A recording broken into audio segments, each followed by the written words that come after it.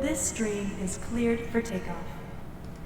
Hello, hi everyone. Welcome to another edition of our live Dev Q&A. We are so glad to see everyone here. We have a great show today, I guess we'll call it. My name is Jayne. I am the community manager for Microsoft Flight Simulator. And below me, we have our three hosts here. We have Jorg Neumann. Hey Jorg, how are you? Hi, super happy to be here. Yes, we are as well. And we also have Sebastian Wloch. Hello. And Martial Bossard. Hello, happy to be back. We are very excited for the stream today. We want to say that we have some guests today from all over the world, eclectic bunch. We're really excited to introduce a little bit later. And for the stream, it is November. This is going to be our last Dev Q&A of the year. We're going to give our hosts here a break in December and come back strong in January. So there's a lot to go over though. So I think we should just go ahead and jump right in. So we're going to switch here to the slideshow. Jorg, I know you have a lot you want to start with to kick it off. Hi everybody, super happy to be back. Let's look at the first slide. Alrighty. There we go. Game of the year, it's here, it's coming out tomorrow, and we all really hope that you will enjoy it. We had some of you join the flight. We had some press in there, and it seemed like everybody had a really great time, which is great to see. And it was funny because some people said, Game of the year, what? We actually won quite a few Game of the Years, and we just won another one. I just want to shout out to Benelux. We got a best game of 2020, 2021 from Tweakers, which is a tech site, which is pretty awesome. And then just yesterday, we got I know you're not all gamers and stuff, but we got from the Game Awards, we got another nomination for Best Sim and Best Strategy Game, alongside Age of Empires 4, which is kind of interesting for us here at Microsoft. But yay, we got another nomination, which is really great. So anyways, if you go to the next slide, this is really just, I wanted to say that again, this is just meant as a thank you. That's why it's free. And that's why we just want to say thank you for the awesome support, for all your feedback, and fundamentally that you make us better. And so hopefully you enjoy it starting tomorrow. And then the next slide. Tomorrow, Reno is coming out. We've also been flying this. Some of you will be able to join us, and you saw how much fun it really is.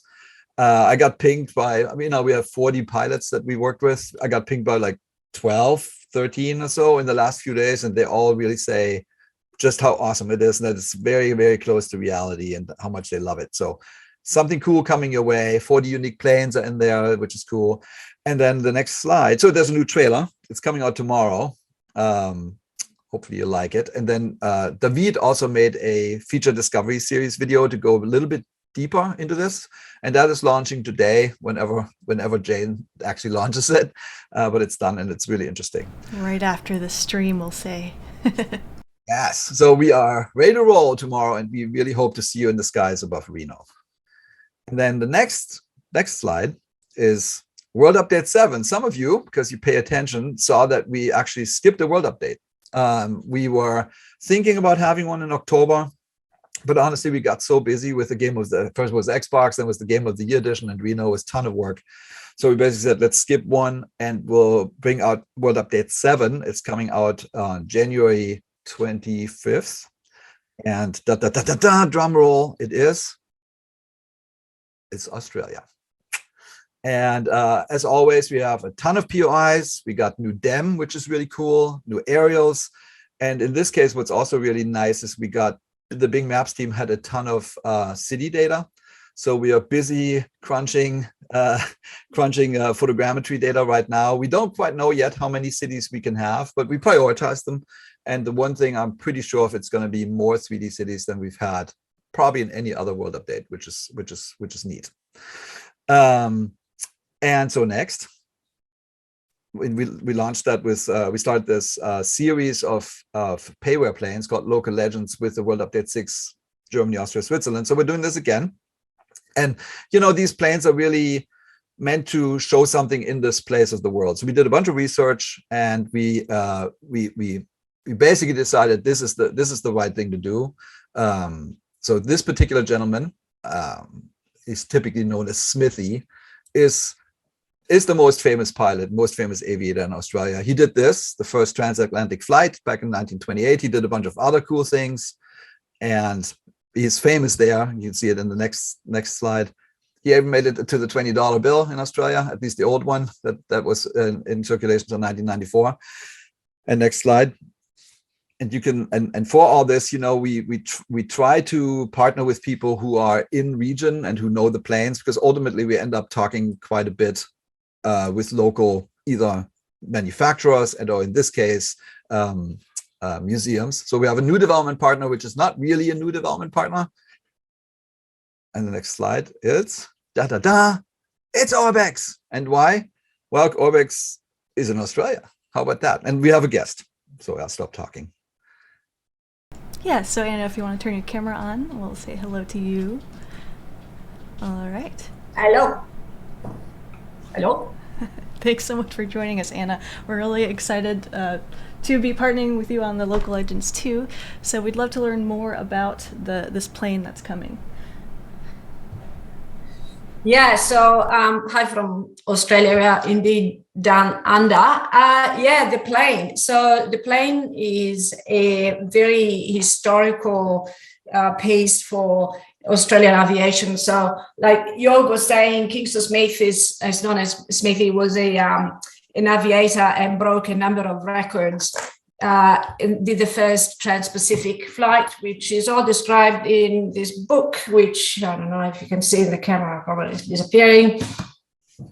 And the Southern Cross is actually the original. So you saw the original plane, which what's in the picture is actually a replica that is kept in Shell Harbour. The original plane is in the Brisbane airport, and he flew with that from Oakland, California into Brisbane, taking about 10 days. So come across the Pacific, and yeah, that's it. This is the picture of the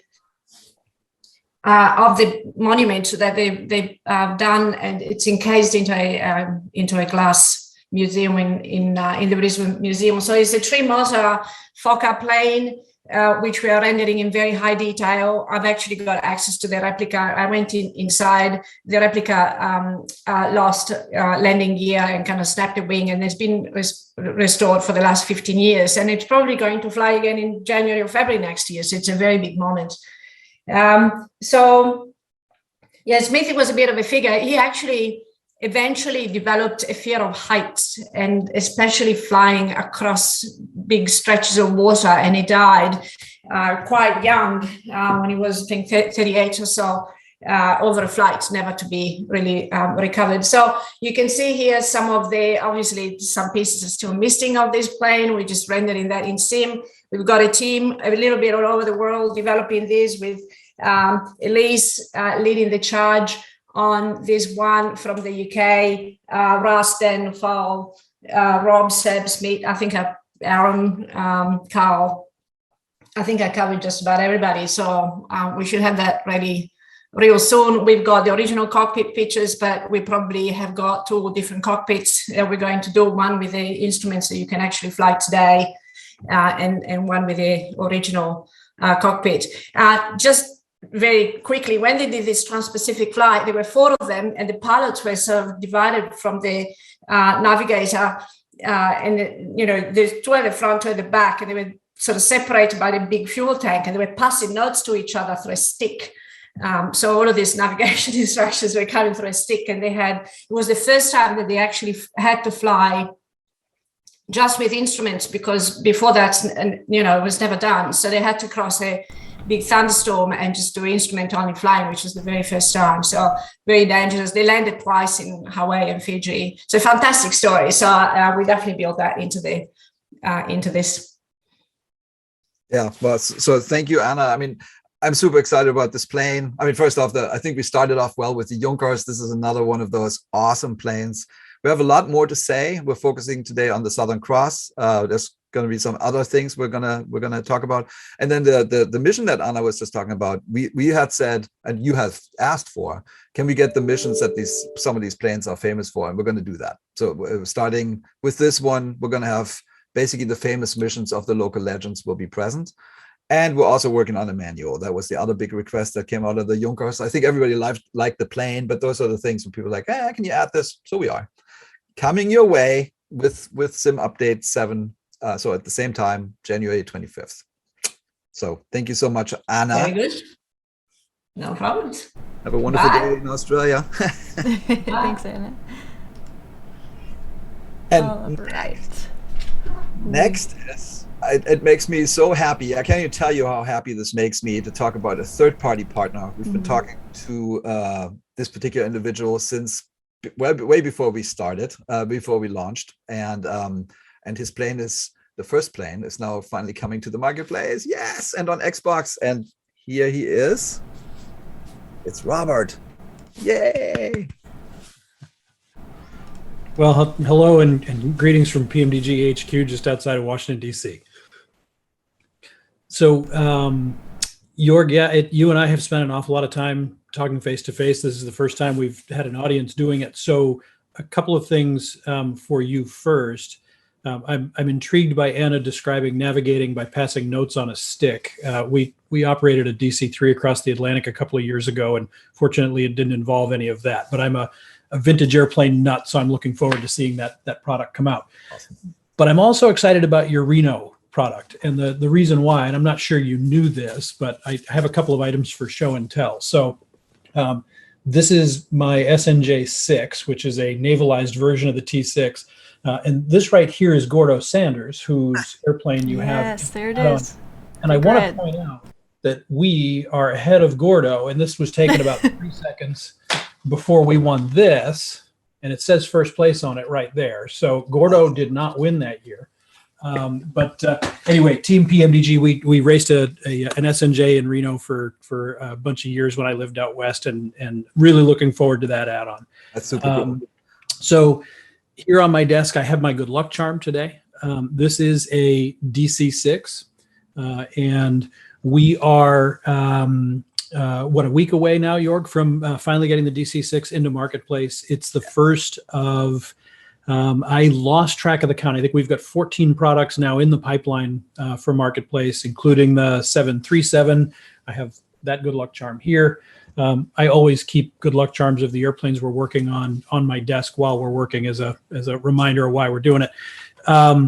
But we've got the entire 737 product line coming. We've got the 777 product line coming, the 747 product line, and then there's another product line that's coming along, and we'll talk more about that a little bit later. So, but it's been a long road. I am a Generation 0 simmer. I started with flight simulation back in 1982. It was not a Microsoft product, so I'm not sure if I'm allowed to mention it or not, but but I have been involved in flight simulation since then, actively in development since 1992. So next year will be 30 years that I've been doing this, and next year, interestingly, will be 25 years that PMDG is doing this, and that really makes me feel a little bit old. And so one other thing I want to, I do want to correct you on one small detail. You mentioned the DC-6 being my airplane, and it's not my airplane. The DC-6 is PMDG is a team. The development for the DC-6 was led by Chris Powell, and he was backed up by Henning and Jason and Vin, and all the rest of the team had bits and pieces here and there. So it's really a team effort, and we are just incredibly excited to have it in marketplace starting next week. So 737 that will release on, and I think the audio dropped out, so you might have missed the date that it's going to release. But that one's coming too, and we're looking forward to that. It's like leaning in, like, oh, there's a date. Got it. Never admit dates. I foolishly gave dates earlier. I was like, I'm sure Martial is like, Jorg, don't do it. No, never admit dates. Anyways, I wanted to say it's been great to see the collaboration between PMDG and the Asobo team. It's been fantastic. The interaction between the Asobo SDK team and PMDG going back and forth to make a a truly complex aircraft come to the sim in the first place, and also coming to Xbox. It's just fantastic. And so delighted that you're here, Robert. Thank you. Yeah, we, my primary method of communication is posts in our forum. I don't often get to talk to you face to face, or to Seb or the rest of the team. But it's worth mentioning that the team that built the DC-6 really does involve a tremendous amount of input from your side. The Asobo folks have been great. Tons and tons of questions answered, often in the middle of the night. The same process has taken place with the 737. It's nice to know that when we hit knee knockers, that we don't have to spend time trying to code our way around problems, that we can reach out and ask for help and say, hey, how was this implementation designed to work? That's really proving beneficial to the community. And I think we're going to demonstrate that here in the months ahead. Awesome. Super. So I think if you guys have some questions, like I think, Jayne, we want to do maybe a quick yeah, Q&A. if you have a question for Robert, feel free to ask. Robert, I don't know if you can see chat or not, but we can read out some questions if you're not looking at that. Yeah, go ahead and read them out. I'm not seeing that. No problem. We'll wait for some to come in, if there's any. Britain DC, can I come by and visit? We actually do occasionally have folks wander into, the DC-3 lives out in Manassas, Virginia, and occasionally folks will wander in there when we're out there. So if you happen to be out at the Manassas airport and you see the airplane out, come over and say hello. We always love to show the airplane off to people. V2 says, Robert, what's the hardest part about development with the 737? Right now, the fact that we are, we're working with an entirely new flight model. We have a process that we've developed over 25 years, and we're very comfortable working with that process. And Microsoft Flight Simulator is a new platform. It comes with entirely new tools and entirely new capabilities. And learning to work with those and change the methodologies and the approaches that we take to solving problems, that's really the hardest part. When you, if you think about it, it's very much akin to if you drive in the United States and you're used to getting in on the left side of the car and driving on the right side of the road, and then you go to the UK and you get in on the right side of the car and drive on the left side of the road. That's kind of what we're dealing with on a day-to-day basis. Yeah. Another question here is, how are you faring with the SDK? It's getting there. There's been a lot of conversation back and forth between PMDG and Asobo, where we're sort of highlighting areas that maybe aren't clear to us in the SDK, and Asobo provides us with feedback on that. And there are things that we occasionally ask for that have to be fit into a larger development agenda for Asobo, and that's not always easy. And Seb and his team do try very hard to get us what we need when we run into those things. But it's coming along, and the nice thing is it's not just about us. It's about all of the developers who, like PMDG, have been in the marketplace before. We're all sort of collaborating with Asobo to make sure that we get the tools we need to succeed. And I think we're really going to start to see those shine as we move into 2022. Awesome. Thank you for the answer. I have a question. Yeah. I saw one earlier. Like, what are the differences between the PC version and the Xbox version? Well, from in the DC-6 specifically, there are none. That is one of the things that that Jorg and I disagreed upon pretty strongly in the very beginning, but I think over the next couple of weeks we're going to see that plays out fairly well. Having a unified development process that can play on both platforms it's going to be easier for us to support. It's easier for Microsoft to work with. It does create some challenges for us on the development side, and that speaks back to those new methodologies and things that we're working on. But ultimately, from a developer standpoint, folks are often surprised to hear me say that I'm excited about the Xbox side of things. And I'm excited about that because of the relative size of the marketplace. And it allows gamers who may be interested in airplanes to discover an aspect of gaming that they might not otherwise have considered. And if we can convert even just the tiniest percentage of Xbox users into simmers, that makes for a much more vibrant marketplace, and that benefits all of us.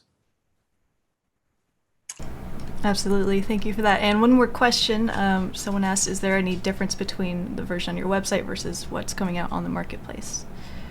The version on the marketplace will have some liveries embedded in it, and we've done that specifically because Xbox users won't have the benefit of using our operations center, which is the tool that we use to install liveries. So when you buy directly from us, you grab the operations center and you can install whichever liveries you like. It's very bespoke. And if you buy it through Marketplace, some of those liveries will come pre-installed specifically for the use of the Xbox community. And if you are buying it through Marketplace on the PC side, you'll automatically start out with a few more liveries than everybody else, but you can still also use the Operations Center to add more if you like. Awesome. All right, Robert. Thank you so much for joining us. It was great. Can't wait for the plane. Thank you for having me. I got to get back to work on the 737 before the rest of the people already wrote the ship date down. It's interesting. Troll. Yes. All right. Thank you, everybody. Thank you, Robert. Appreciate you. Bye. All right. That was awesome. Let's move on. Appreciate all our guests so far, but I think we should delve in next to the feedback snapshot. So I'm going to pull up the wish list here first. I know we have some updates to go over. I'll take it away, Jorg. Yeah, I mean, I just wanted to say on the first one, we heard you, right? It's the number one. Honestly, the team was so busy with the Game of the Year edition and Reno and Sim Update 7, by the way, that we looked at this briefly. We hadn't had a deep conversation, but now that we are through all this, we are going to look at this in the coming weeks. So we're going to give an update next time. And on the next point, Seb. Yes, so helicopters, yeah. So I think we explained last time the plan, and the plan has started. This week I've been able to fly on 2 planes with a new propeller system. It works great, and so that's really just the first step. But it's moving forward, and just I really like the cross benefits from helicopters over to aircraft to planes. The new propeller system is much more richer. I think when you fly, it's very subtle differences, but you clearly feel them even closer to reality, and it's going forward well. So this obviously the new propeller system for planes is going to be optional for all planes, so that plane makers have time to. I mean, the old system is still going to work. They can move to the new system optionally. Sometimes it may be just compatible right away. Sometimes there may be some work to adjust the propeller settings, but overall it's pretty close anyway. And so first step in progress, and it's going forward well. All right, awesome. Glad it's going well. Yep. Then quickly on Chinese, I just checked with the team. I think they are targeting the end of January to be done. So we're shipping Chinese with Sim Update 8, which is coming currently, anyways, late February. So Sim Update 8. And then last time I read in the chat, I read all the chat after the last meeting. There were quite a few people that said, hey, can we talk about multiple screens? You didn't talk about it again. So I think this time we have a lot more to say, and Martial is going to talk. Yes, we're working on it. Alain Vier, or lead tech, is working on that feature. I won't say right now because it's a bit late for us. So hopefully it's out now. He's working on the features, and after that we'll have to check everything related to multi-screen and widescreen, including the FOV, all the UI that comes with it. But it has been started, and we hope that we will be able to provide the features in 2022 at least. Yeah, then I think Jayne, I at least lost the here we go. Replay, yeah. So somebody was saying, hey, this hasn't changed in a while. Well, we started a bunch. You can see it here. And obviously Sim Update 7 is upon us tomorrow. So the next 3 are actually coming with Sim Update 7. So the replay system, as we had said, you're getting the same tools that the video team at Asobo is using to make trailers. So that should be pretty cool. That said, it's not the slickest UI ever, right? So we're actually looking forward to feedback. And then the next point, Seb, back to you, DX12. Yes, so Sim Update 7, which is coming tomorrow, features a new option in the graphics option menu. Normally, you now start with DX 11 and you can switch it to 12. So I've seen a lot of speculations. So it doesn't come with any new features or any specific optimizations. It's just a straight port of the SIM to DX 12. The goal here right now is just to have a test and make sure it works everywhere. We have done a lot of testing. We think everything is working. Performance-wise, so there's some good news. So we have started to do some measures. There will be potential for improvements. It's not yet faster. I mean, the current version on my machine was 10% more efficient on CPU, but a little bit slower on the GPU. And so overall, you don't see really the difference. And sometimes it may even be slower on the GPU. But that's just because of the very first implementation right now. We found a lot of potential on GPU optimizations, which will add on top of the CPU optimizations. So I would say over the next months and updates, we will get the DX12 more performant than the DX11 eventually. I'm hoping for 10, maybe 15%. And we will start adding new effects dedicated to the DX12. So currently, it's really just a port you can test. But if you want the more performant version, normally you should stay on the DX11. But it's coming out tomorrow, and we're hoping for feedback bugs, maybe starting to see updated drivers, and etc. Voila. Okay, logbook. Martial, you had an update? Yeah, so there's no option when you can turn it off or on, and you can choose when the logbook is displayed, starting with Simulated 7. So Excellent. That should be done. Next time it will be removed from this list, I guess. Yeah, and the next one, Scenery Gateway. Remember last time we talked about, hey, we were looking for a dev. Well, we found one. Yay! So this work is now kicking off. It'll take a while, but we had the prototype, so we now have the resource, so it's coming. Good news. And then I don't know if we want to gliders. Oh yeah, airports. Oh yeah, Kai just wrote us a long email. We just discussed it. I mean, we know there's lots to be discussed on improving AI traffic at airports and in the air. Kai, your thing looks great. Thank you, and we will use this as a platform for further discussions. We know there's some things wrong with planes turn around. We are aware. So these are bugs. As we said, Sim Update 8 is about bug fixing, mostly. So the team will look at all this now. Like, as I said, we just have this gigantic mountain that was just climbed with Game of the Year and Reno, and now we're coming down the other side, and we can actually look at all these things, which is great. So just know Kai is active. He is speaking for you. We're going to look at the add-on that Aerosoft just put out. Seems cool. So more to be said about this one. Korean subtitles, we already said, are coming. I actually don't know exactly. I think it's in the fall next year, and maybe that's enough. And I just wanted to go in the next, because otherwise we don't get to the live Q&A, which would be a shame. But Jayne, I just wanted to say something 2 slides from now. Yes, absolutely. And here we go.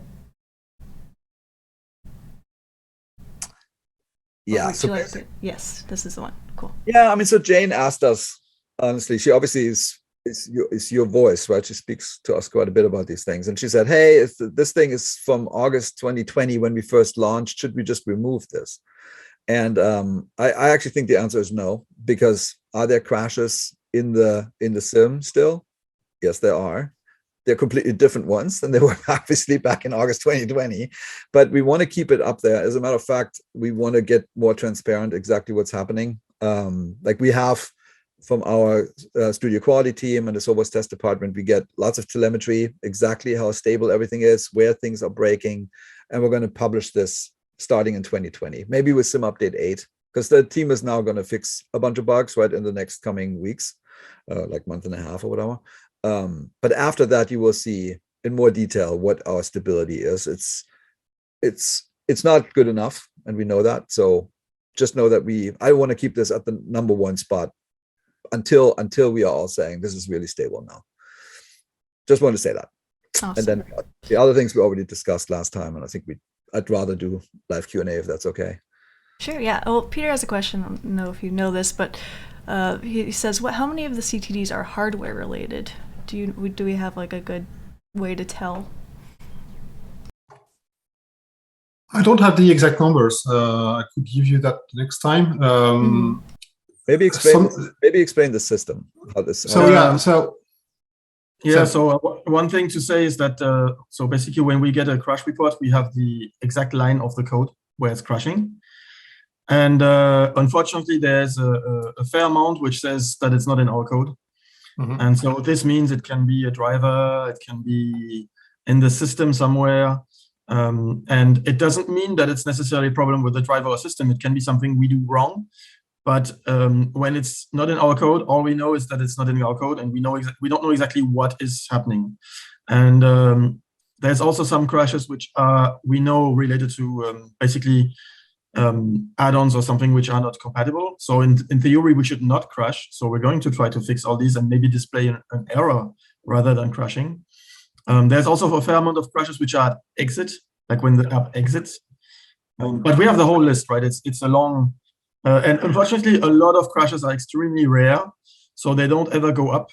But if they like, one person can have a crash and can't sim at all, and the problem is we need to also go look at the list down there of the rare crashes.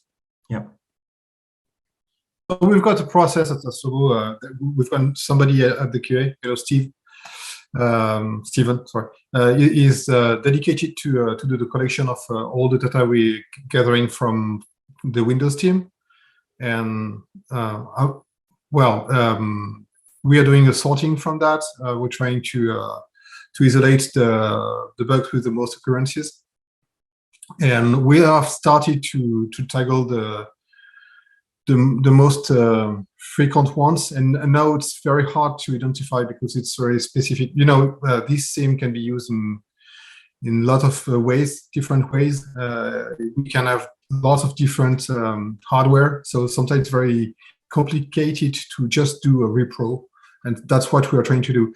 Also on this, I would say that we are trying to enlarge the variety of hardware we're using internally. So if you go to Asobo, you will see different kind of hardware inputs, even CPUs, systems. So we can try to have a wide range of different configurations in order to see all the problems that could happen. And even with that, it's not that efficient. So we're trying hard to fix CTDs. Awesome. Thank you both so much for explaining that. Is there anything else in the bug list here that you'd want to give any updates on before we move to open Q&A? No, I mean, look, we update this every week, right? So we're going to take a hard look. As I said, what I'm really looking forward to is now, and Game of the Year come out, and we have 2 months of fixing bugs. And I think that's going to be great. And then after that, we're going to be, as I said, we might even go down to the level where we show you what the frequency of crashes is, but we'll find a way to make it very clear to everybody what's happening. And so anyways, that's a commitment. Awesome. Thanks. Actually, we have something special before our open Q&A. I'll switch. New development partner, Jorg. Yes. Talk a little about this. Remember when we talked about gliders and that we were looking for the right development partner? So we looked for a good long time, and we found the team that we think we have confidence in, we can collaborate well with, and I just wanted to introduce them today. And we have another guest. And it is... Drum roll. If you want to turn your video now on, Morten. Awesome. Right. Yes. Hey, everybody. Welcome. Glad you could join us today. Yeah, thanks for having me. Yes, so tell us about yourself and your studio. Definitely. My name is Martin, and I'm the project manager at Flight Sim Studio in Basel, Switzerland. Probably a company you never heard of before, for a good reason, because we have been in the background in the past doing some sim development to suppliers. And now it's actually the first time going public with this. So we are very excited about this. Glider is a passion for us, especially for me personally, because I did my glider license back 15 years ago or something in a major glider airport in Germany, and still flying gliders. And it's it's like a different world of aviation. It's magic, but of course, every part of the aviation is some kind of magic. But yeah, we stick together a team of very experienced people from different aspects. We have very good software developers with aviation background. We have the glider pilots like me and others. We have a lot of flight instructors, actually one who's flying like every day basically. So very experienced in gliding and in competitions and all that kind of stuff. And we are also cooperating with some, pretty well-known glider schools that will help us out, like doing more testing and bringing in more variety. So this will be a very exciting story. And although we might have never been in the public yet, a few important people are with us on board that you may heard of before. Some people from Aerosoft in Germany joined our team. We have some people from Starport, for example, from MailSoft.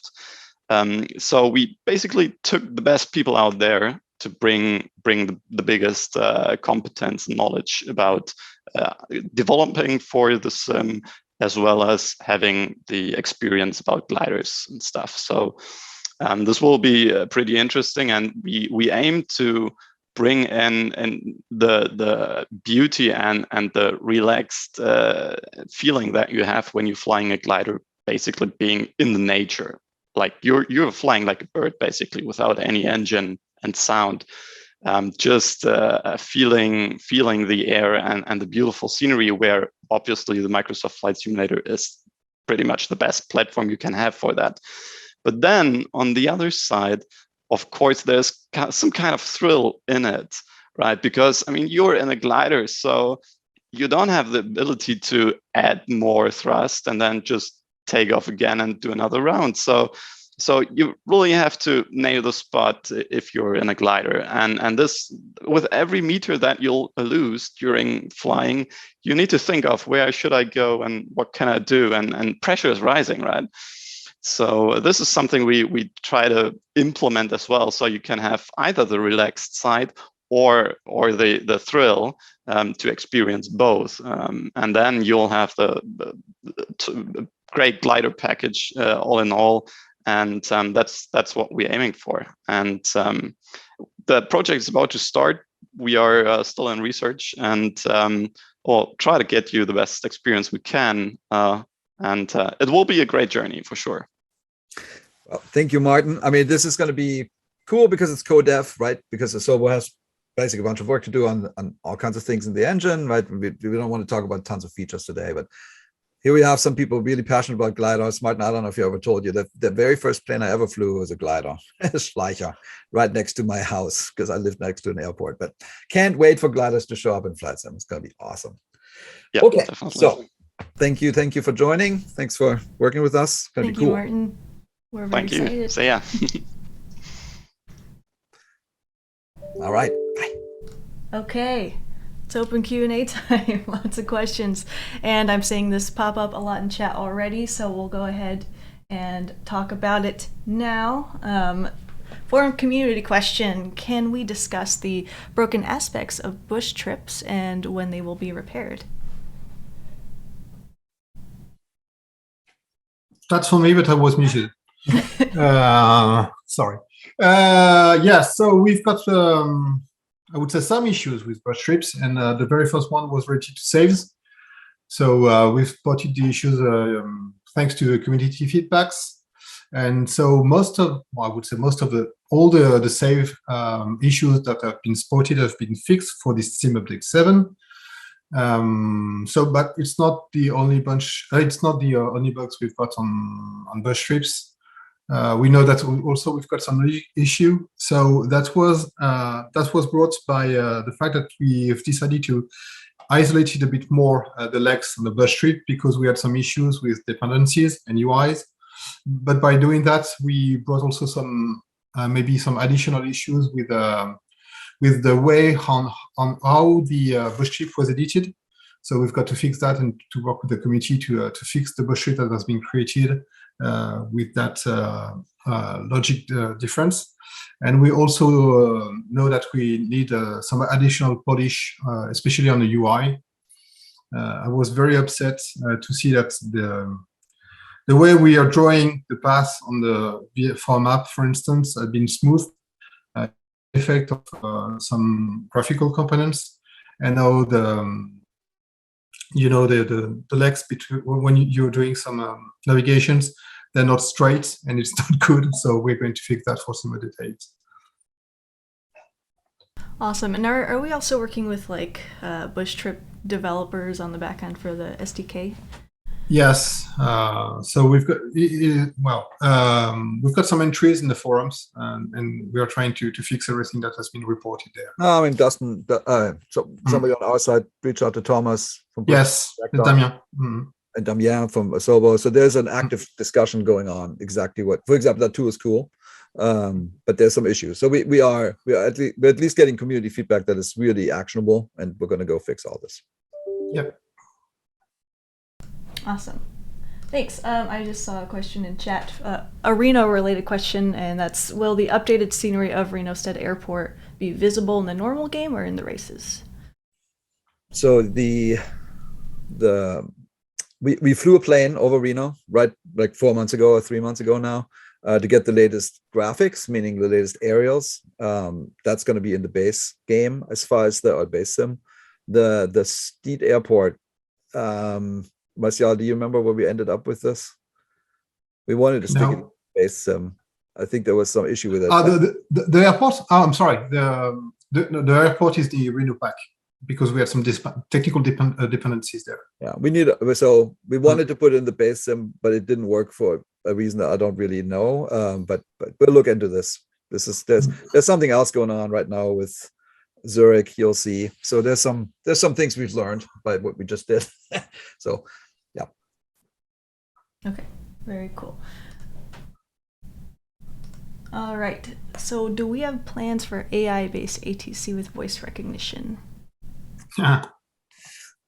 Yeah, we have some investigations into what's possible. I mean, modern tech is super cool with this, and it's too early to really talk about it, but we are aware that it's possible.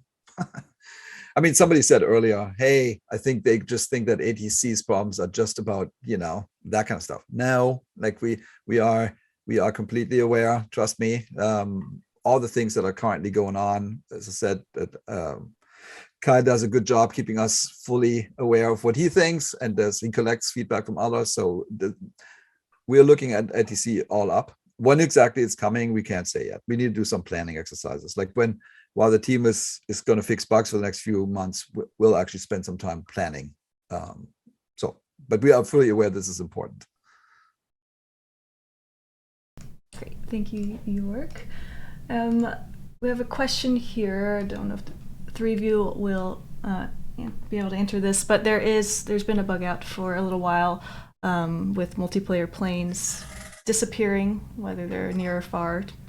And that's kind of stopped some people, like our Thunder flies, from doing their formation flying, stuff like that. So they're wondering if we have any update on this bug or what kind of investigation is going into it. So yeah, I've seen that on the stream chat, the number 22 bug. So I can tell you that we are aware of that. We know that we've got some issue with the sorting. One of the founder of Asobo, is getting nervous about that because, well, he's working on a play, so he's not working on flight team, but he's really pissed off with this issue. So it's something we want to work on that. So we know that some people are also asking for larger groups. So we've got some technical requirements for that. We've looked at the code, and we think that we can open the group up to 8 people instead of 6. So we're going to allow that in a very near future. And we also know that we've got some issue with the friends, because the criteria friends is not taking in account when we're doing the sorting when it's up to multiplayer. So maybe that's something we should taken into account for the future. So everything has to be rethought and fixed, obviously. So yes, I've seen number 22 bugs in the list. We're going to work on that. Since we are talking about multiplayer, there's also a thread on the forums talking about the integration of WhatSim or the equivalent of that. There's IVAO and some other services. So we've been talking with these guys, and we are still looking for opportunities to have a better support on these services. So we are pretty eager to collect any suggestions in the forums too. Fantastic. Yeah. Jayne, I saw a few times now color banding. I think we should talk about it. Sure. Oh, yes. We'll hop to that one. Yes. There we go. All right, Seb, can you explain changes in Sim Update 5 that led to color banding and fringes for many users on SDR monitors, and are they fixable? Yes, since this morning, because overnight yesterday evening, someone finally found the issue. And it was basically there's sort of graphics buffers which contain matrix transformations for color grading, and I think there's a few of them, and one of these was changed from 16-bit to 10-bit, which in some cases does really no change, but in some cases 10-bit is not enough and can change a color slightly. And so we found it this morning. And so we have a fix. I tried it, and the color banding is so not entirely gone, because the monitor in the end, on most cases, is still 8-bit. So there's still some slight, but I think that's what it was last year or so. But that got broken with SimUpdate 5, or broken. I mean, it was moved from 16-bit to 10-bit in SimUpdate 5. It's not really for memory or performance or anything, right? It doesn't. I think it's just a change which got unnoticed. It's not extremely visible a lot of times when we got people showing us the bug. The problem is that sometimes JPEG or YouTube or whatever MPEG also adds its own banding, so you didn't really see the issue. But yeah, this week we got some pictures where it was very, very easy to see the difference. And our tech artist found the cause, fixed it, and so that should be in the next update because it's done. So it's just a matter of integrating it into a bit. So not tomorrow, right? Obviously, because that's not in SimUpdate 7, but in the next update after that. Great, that's great news. Really glad you're able to identify that bug, and thank you to the community for helping us get there. We really appreciate it. Thanks for being persistent on that one. Yes. All right, question from chat I saw about the FA-18. So where was the information sourced for making the Super Hornet, and will it have a digital flight computer and proper AOA modeling? Where was it sourced? We certainly worked with Boeing. Mm-hmm. As you know, there's all kinds of ITAR related things. So there are some limitations to what's in that. To the specific question, Martial, you're probably in a better position to answer that. Well, to be honest, I haven't really followed this particular plane. For the feedback, I've worked a little bit on the F-18. Some of it comes from we have a team of plane designers who copied me only the pages of information needed, and it looked really like a POH, right? So I think there's definitely a POH, and a lot of the data comes from there. Stuff like, because it has a fly-by-wire, and so the roll weights are known and are precise. It has some nice new features. The F-18 is the first aircraft in the sim that has elevon. So I don't know how you call it, but the elevator helps to roll. Actually, it's like an aileron and the elevator, which allows to make it super stable when you do the how do you call it? When you do the Cobra or whatever, right? You fly really so slow, you lift up the nose, and you're practically in a stall. And because the wings are stalling, it would flip over, but because you have the elevator helping, it actually stays stable. And so it's got quite a few new features that weren't there before. And most of the data I saw, I think, comes from just the POH. And tonight it's like I'm going to say hi to a lot of people, and I would like to say hi to Royal, Royal at Microsoft, because he's a former Top Gun, and he was obviously a very good source of understanding how jets are flying. Yes, really glad to have him. I know he's been very helpful in our internal flighting with the community. So thanks, Royal. Also related to the Super Hornet, will supersonic flight in particular be available to third-party developers?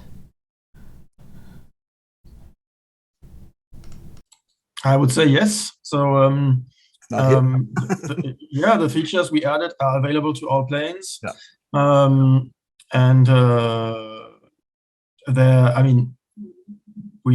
Everything we used for the F-18 is there.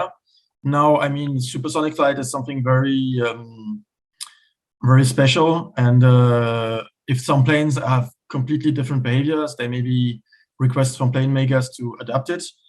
But currently, we tune the supersonic flight, and even the way the Mach wall is going through, the plane's going through the wall, based on also pilot feedback, how it's felt. Do you feel drag? Do you feel do you feel the plane shaking or whatever?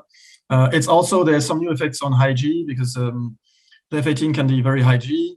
It has even a button, so when users fly the F-18 for the first time, you'll be limited between 7 and 8. There is a button you need to press to get above, like up to 10. It's not unlocked by default. So it's important that people assign that if they want to. But at high G, we now have the high G buffeting, which is a new effect. But that actually applies on all aircraft. But most aircraft will not go up to 9 or 10 Gs anyway. I think there's also the G blackout now, which has been added. There's a few new options for that. You can tweak how resistant your pilot is, turn on the G trousers, pants, to compression pants. And there's a whole new bunch, and these are all available to all aircraft, right? So whether it's, I know the speed of the F-18 is quite accurate.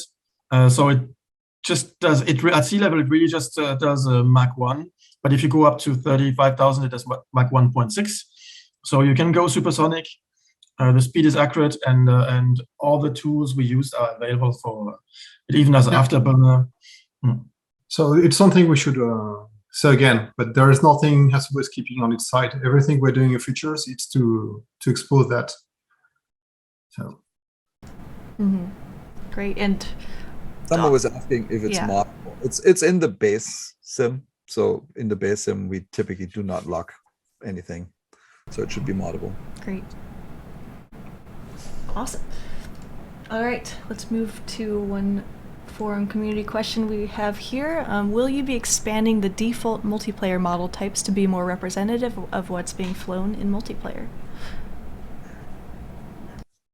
Yeah, we talked about this last time a little bit. Like it's still the same answer. We need to be careful with memory. So this, I think there's two pieces here, right?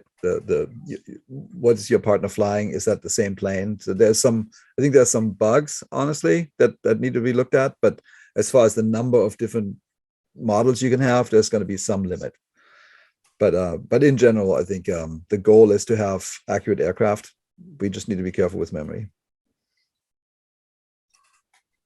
Right, yes. And here's a bug question for you. One moment, switch to screen. All right. Are you guys aware of the issue where joystick input stops working when using free look with the mouse? It's prominent on Thrustmaster gear. So I know that I couldn't tell for this very specific one, but we had some conflict with the mouse keyboard and the any other inputs. So I know that we fixed a bunch of these issues for Sim Update 7. So please note in the forums if this particular issue has been fixed or not. I think it is. I can't guarantee it. There's so much things there. Okay, so we'll look tomorrow. If it's not, though, we'd like feedback so we can get this fixed for the next episode. Yeah, wait for Sim Update 7 on this one. Yes. Yeah. All right. Okay, lots of questions here. We kind of already did this, but can we confirm PMDG planes are coming to Xbox? Yep. Yeah. Well, we can confirm the the DC6. Yes. Otherwise, For now. Next week. Howard has to finish his plans first before we can say that. But that's the goal, I think. Right. All right. Can we address the brightness in the sim? Sometimes it's too bright in the night and in the day. Is there something we could do with contrast, especially in VR?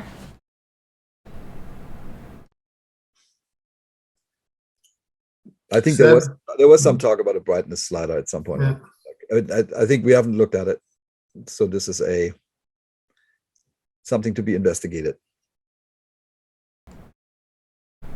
Okay, thank you very much. Next question I have. Oh, we already answered that one. I'll move on to the next. All right, this one from the forums. Are there any server-side changes made between updates? Yes, we do. So we do updates. Server side, we've got everything regarding data. So we can change the way the weather gets distributed. We can change the database for airing, for instance. And we can also change everything which is brought by packages. So everything but the executable. Sometimes you've got some code on planes, animations,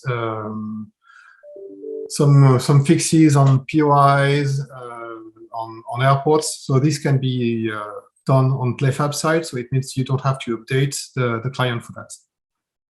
So yes, we do update stuff on server side. Okay.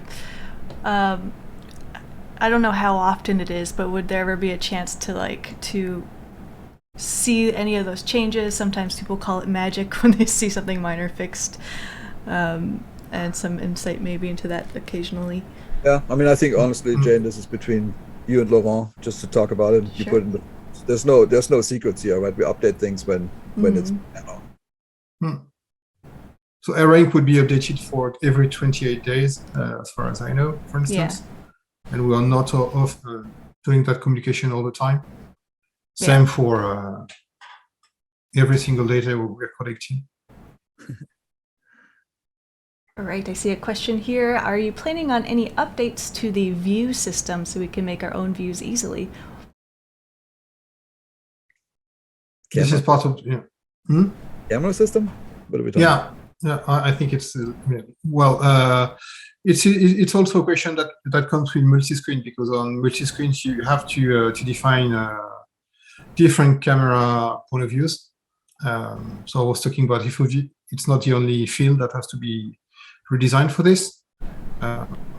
So yes, we are talking about changing the ways of doing that. Also, the ways there are read or wrote by SimVars.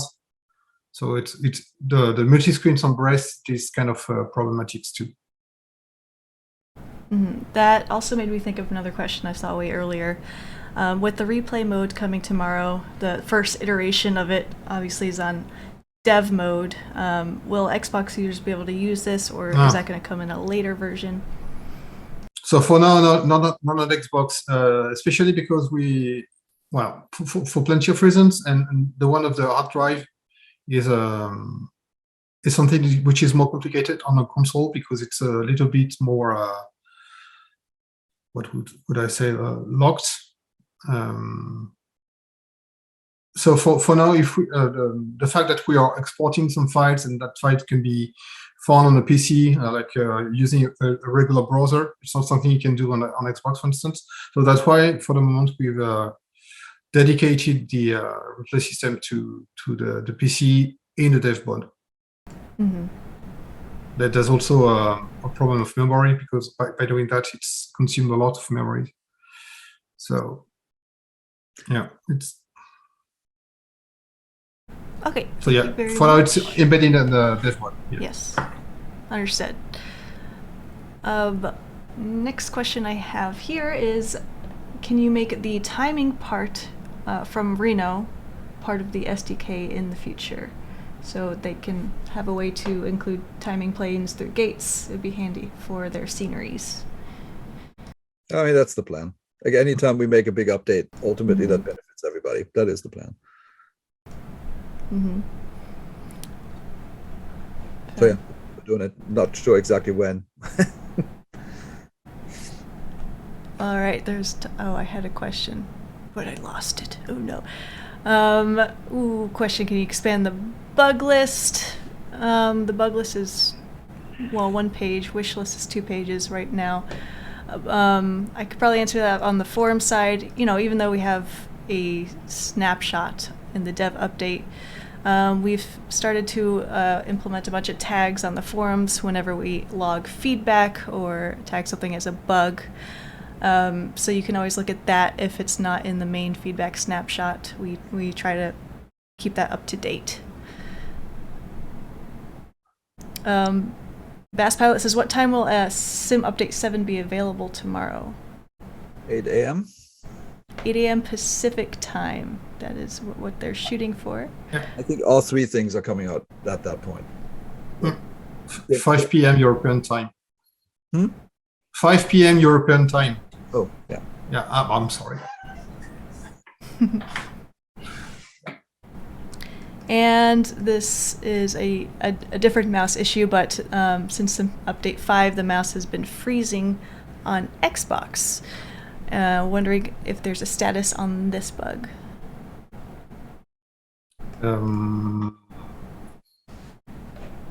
Yeah, but I don't have I don't really know if it has been fixed or not for Sim Update 7. Same as for the previous bug we talked about with inputs. I'm hoping it is. I can't be 100% sure because I can't know everything by heart. But I think it is. I'm very sorry. Does Sim8 Update 7 fix any common CTD issues that we've been seeing? Do you have a look into any of those fixes? There's a few. From memory, it was 3, right? Out of the top 10 or something. I think there's a few fixes. It's in the build notes. Not all, but a few common CTDs are staying. Yeah. I think the update is 17.3 gigs on PC and 18 gigs on Xbox. I think that's right. Okay. Good to know. Have we considered an in-game livery maker like what Forza does so players can easily create their own liveries? That's the right way to ask it. Yes, we've considered it. It's one of those things. Yep, there's lots of things we would like to do like that. It just needs to be prioritized. And right now it's not, but we want to. What is the largest Sim update so far? Do we know which one it was? 5. 7, 5. Yeah. Yeah. Large as in size or in? In change list. Thinking gigs. That's what I assume. I don't know. I don't know, but if we're talking about number of changes, like the change list, it was definitely fine. Definitely fine. Okay. I mean, the change list from 6 was huge too. I love to see that. Well, yeah, it's always huge. It may be too big. It's another conversation to get. I am seeing a lot. Give us details on seasons. What are we working on for seasons in the future? So it's a big bug. Not bug. A big project. Like this is, and it's I mean, I think we said that before. We don't want to half-ass anything. So once we do it, we actually do it right. We just this morning, for example, talked about biomes because it's not totally detachable. Like seasons need to operate on the right things. Like for example, the right trees. Mm-hmm. And there's just lots of work. So that's why we said this is going to take longer, but we're going to do it. Mm. When will the weekly challenges come back? They want the Steam achievement. Good question. We would like to, yes, a bit back. I can't, I won't never talk about dates. but yes, it's something we would like to bring. Mm-hmm. I've seen also a very important question. It was between Jorg and me, who was winning the most races in Reno. So I would just say that I used to, or I'm winning some races, and I can't tell for Jorg or Sebastian. That's great. My money was on David. I'm very surprised. We need to okay. take this offline. David, well, okay. There's no competition, but he was not listed in the question. Yes. Oh, I see. A good question. Can any of you tell us about the new eye tracking software coming tomorrow in this update, which is Tobii eye tracking? Mm-hmm. So yes, it's now supported. Basically, we want to mimic the same kind of behavior that you will get with a track IR. So it helps us to manipulate the camera with just moving the eyes. There's also some thoughts about going further into the exploration of eye tracking, especially for what we call G4, which is for everyone. So we have to spend some time on that to have a more in-depth implementation of tracking the eyes for manipulating the UI, but it will take some time. Right, yeah, that's true. But the initial implementation's there tomorrow. Yes. I think a lot of people are excited about that. So thank you. That was a big community request.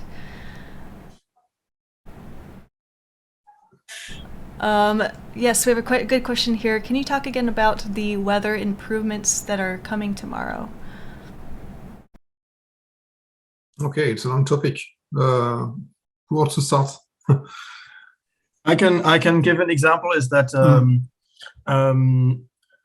this week there was fog in Arcachon in the real world, because I can just look outside and see if there's fog over there. And there was actually fog in the sim. The view distance was correct, and you could fly out of the fog layer, and it was working. So there has been quite a few changes in the data that we get. The data provider has made improvements, and we've made improvements in the sim to ingest the data. Now I think the people will see, right, when the weather is different. But I think one of the big changes is that if you have a meta, it should be much closer in the sim now than it used to be, including visibility and stuff like that. But I think it's the big difference is that also it's new data and more accurate data than before. And so I think depending on the weather in the world, it can create hopefully more diverse weather and more interesting weather, maybe nicer in some cases. It may also add new bugs because, well, new data, new system. And I think there's maybe something I think we already said in the it's going to come in the build notes. There's some small glitches, but mostly much better and much better for people who use Meta. But I mean, just flying around, I also saw things I've never seen before. So that's also going to be nice. Awesome. Thank you for that explanation. I'd love to delve into ATC a little bit. We've already mentioned, next year we're going to be prioritizing some things here in ATC, but do you already know what your top priorities as far as fixes or updates to ATC are? No, it's what I said earlier. Like I think we're quite aware of what the issues are, and we now need to go plan. Like we really, like, for us here, Seb is obviously coding up a storm, but like we have to do some planning, and so we'll get back to you. Yes, but otherwise I don't want to make up stuff. We don't have a crisp priority list yet, but we have, as I said, I actually appreciated Kai's email this morning because it's helpful. So just to let you know, in 7, we've got also a few fixes about ATC. So it won't cover everything, but we figure out that the Copilot was sometimes changing the ATC parameters without us noticing it. So that was causing some logic issues. So this part is fixed, and we also fixed, well, it's not really ATC, but it's related to ATC on the ATs.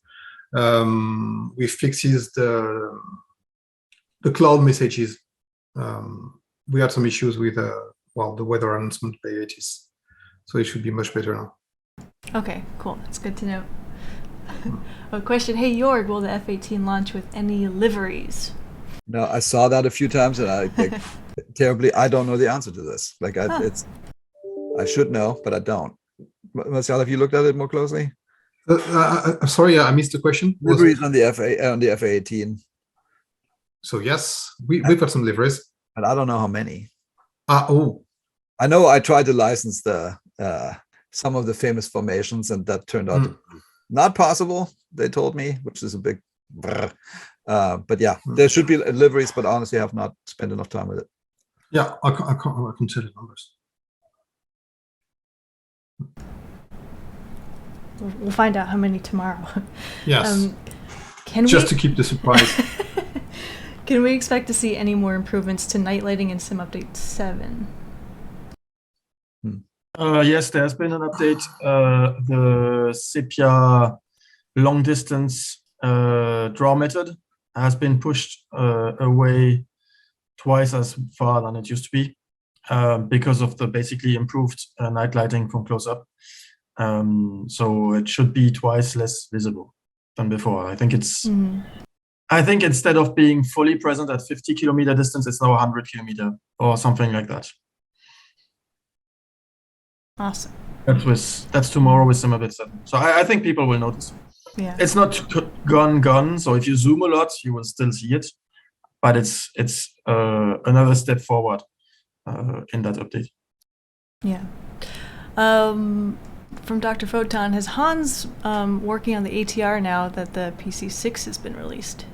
So Hans is a busy man. He's currently finishing the Twin Otter, as far as I know, because I just saw it, which is going to be cool. But he's doing that plane for Airsoft. And the Asobo team has been working on the ATRs 42 and 72 as far as model and some of the other things. But I think Hans has been mostly trying to finish they just finished the CRJ 900,000 update. I know he's working on the Xbox version for that. Twin Otter, I was actually hoping they would get this done earlier. There was at some point we hoped it would be there for Xbox launch, but like it just takes time, right? And then right after that, he's going to go full time onto the ATRs.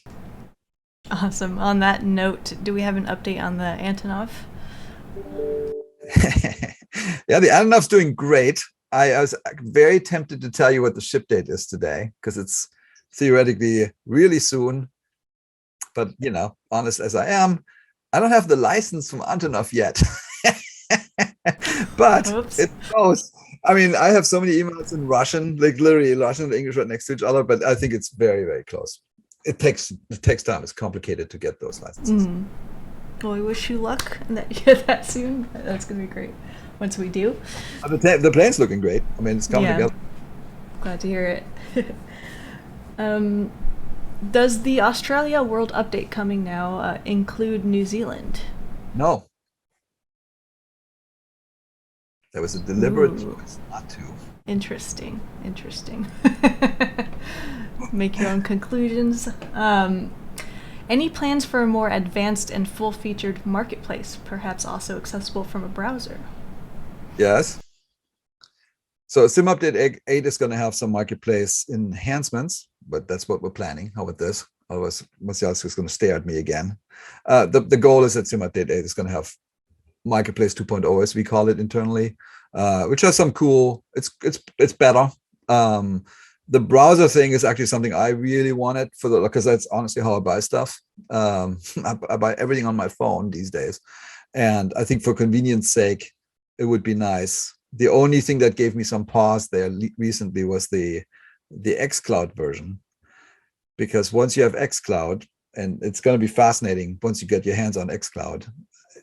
I wonder if we still need a browser-based version for the marketplace. I actually don't think so, but it's coming soon-ish. So we'll have that discussion again early next year. Yeah, great. All right, we have Jack Martin from the forum community on behalf of his fellow simmers asking about the memory leak issue with the black avionics screen, if we've made any progress on investigating that. Kicking it over to you. Is that on Xbox?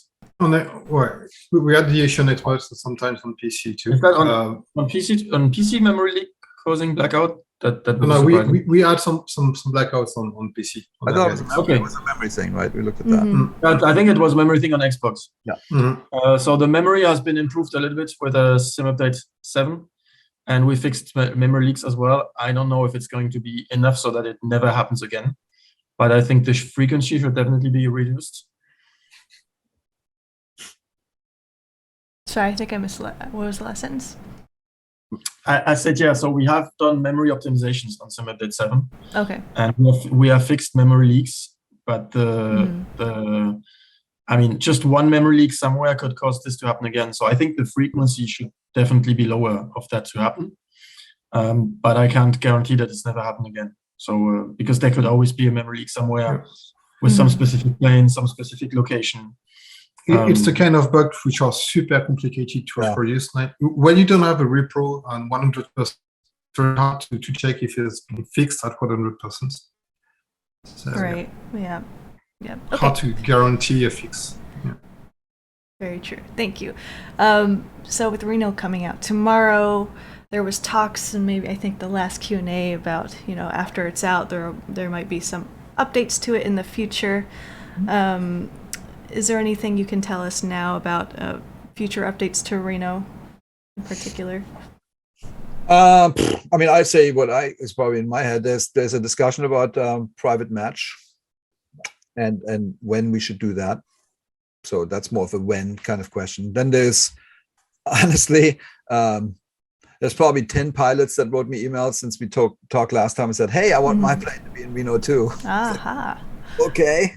Cool. So there might be something. Honestly, we haven't decided yet, but I think why not? Like, it's fundamentally. And then some people have asked, hey, so is this an esport? I'm like, you don't design an esport, people opt into an esport. So if there's tons of people playing Reno and they want to have, more tournament type things or the actual, something more structured. Honestly, Jayne, that would hit you guys also. We just have to wait and see. I think it's cool. I think it's super fun, and I think it's really deep. Like it's the exact opposite of an arcade mode. Like it kind of looks like one when you watch a video, but it's totally not.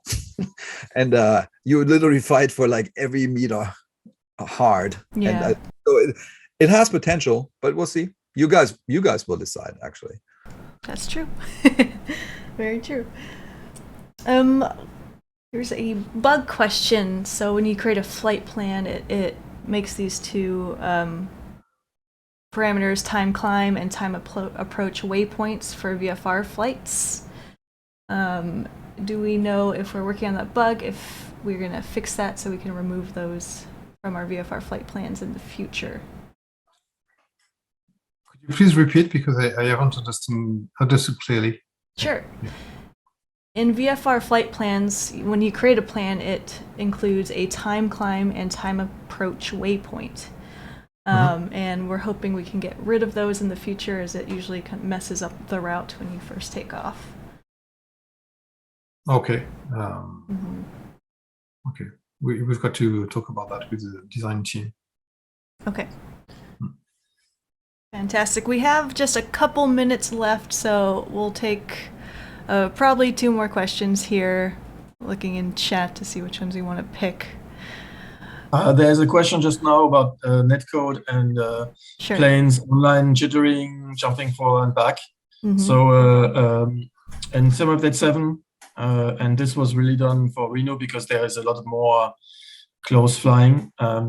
There's been a lot of improvements in the online representation of the planes, accuracy, and I think they will jitter a lot less.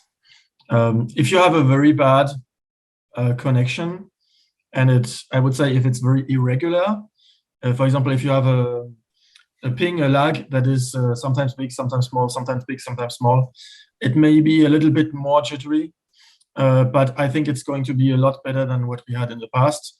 It may also fix because some of the bug fixes, some of the bugs may have caused planes disappearing, but it's not all the bugs Martial has talked earlier, right? There was other sorting issues and other issues, but sometimes planes were also disappearing because of a bad trajectory, and this is a lot better. So I think, I've done quite a lot of tests in formation flying with the Simulated 7. Really, even when pulling a lot of cheese, it's maybe a foot away sometimes. And it's much, much better than before. It's not perfect yet. I don't know if you can even get it perfect over online, right? Because while there is data you have to predict, and sometimes the predictions are wrong. But now it's much, much more accurate than it used to be. So I think people who are doing a lot of flying together or precise formation flying are going to see definitely improvements there. Fantastic. Thank you so much, Seb. Just a reminder to the community right after we close out this Q&A, give me a couple moments and we will get the Feature Discovery episode 11 out on Reno Air Races, so you can learn a lot more about what went into it and more about Quick Match and everything in between. So we're really excited to premiere that video. Is there anything anyone else wants to add before we close out? This is a great, I mean, the Game of the Year thing is it's what you made it, and I think I'm so proud that we could give you something back with this Game of the Year edition that's sort of hopefully fun for the upcoming holidays. And then the next 2 years are going to be crazy, chock full of stuff. Like I think we just talked about World Update 18. Wow. And Masa and I were just doing some long-term planning, and it's cool. It's cool, and it's really fun to think about where we're going to be in the years to come. It's going to be amazing. There's so much cool stuff ahead. So thank you again for everything. Maybe you can give numbers. We were talking about the 27 updates. Yeah, we had this conversation. Yeah, we talked about the next 43 updates. Martial's hair got a little bit more gray. He's like, what? I'm like, if we can get more gray, I don't know. Goes to show that we're definitely in this for the long haul for 40-something updates minimum. I love it.